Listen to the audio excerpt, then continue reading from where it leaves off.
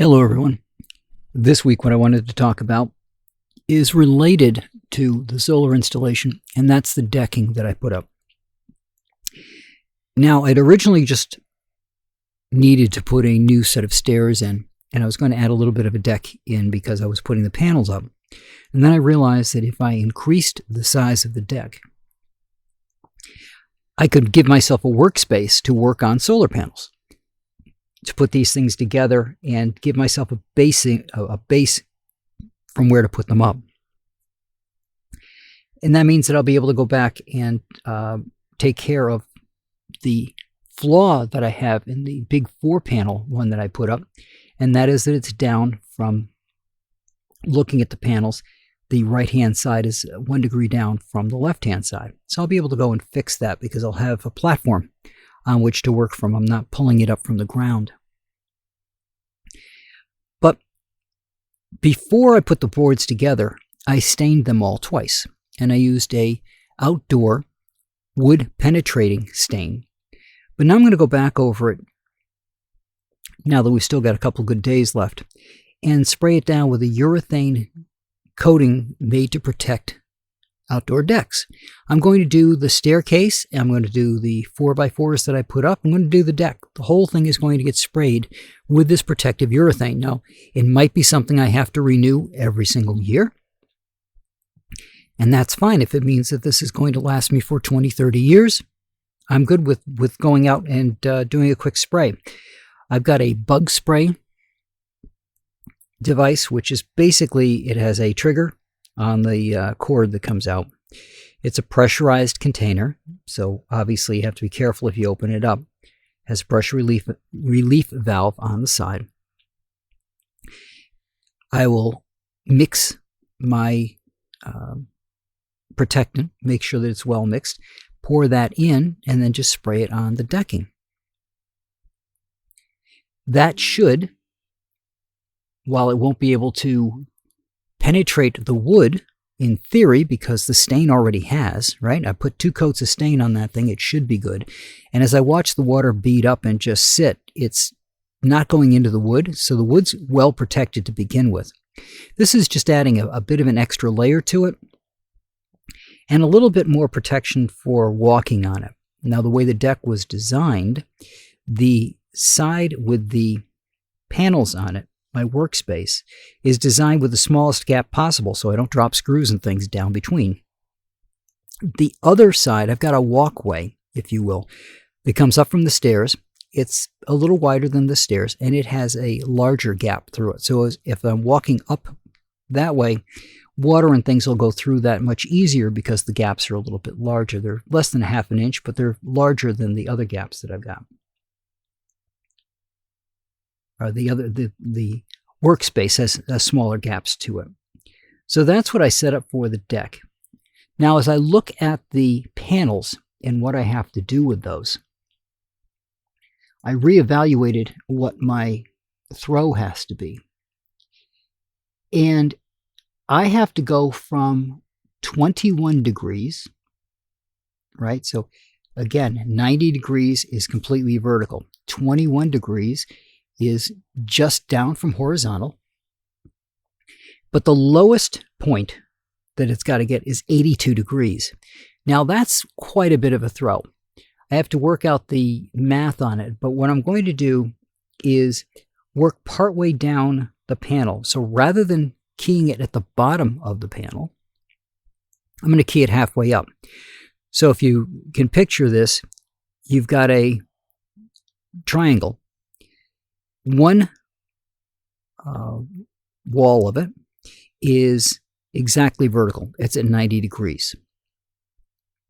At the top is the angle that you're going to make the panel, and that outside edge is the panel.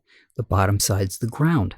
So if you were to measure the distance at the bottom part, which is where I originally was going to mount the panels to, and you swing it out from 82 degrees, which is almost vertical, right? It's only 8 degrees off of completely vertical. And you go up to 21 degrees. If you measure from the bottom, the distance is a lot greater than if you measure from the center. Now, the I have to keep an eye on how much strain I'm putting on the actuators. The actuators are good for 330 pounds, and I doubt I'm going to be, the panels aren't that heavy to begin with. So I may double it up, but we're going to try it with the singles on both. Going from that halfway point means the distance is less. Now, the 330 pounders only have an 18-inch throw. So I've got to double check the math on that. I don't think it's going to get me from 82 to 21 based on the size of the panels and the location of the actuators, but I'll have to take a look and see what I can get. For the most part, for the winter, I'll be able to just lock one in place. Actually lock them both in place and just kind of leave them for most of the winter.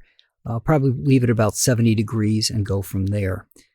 Estimate right now, looking at that center point on the two portrait oriented panels, if I throw it out 18 inches, I think that's going to put me about 70 to 75 degrees. So I won't be able to make it all the way down to 82.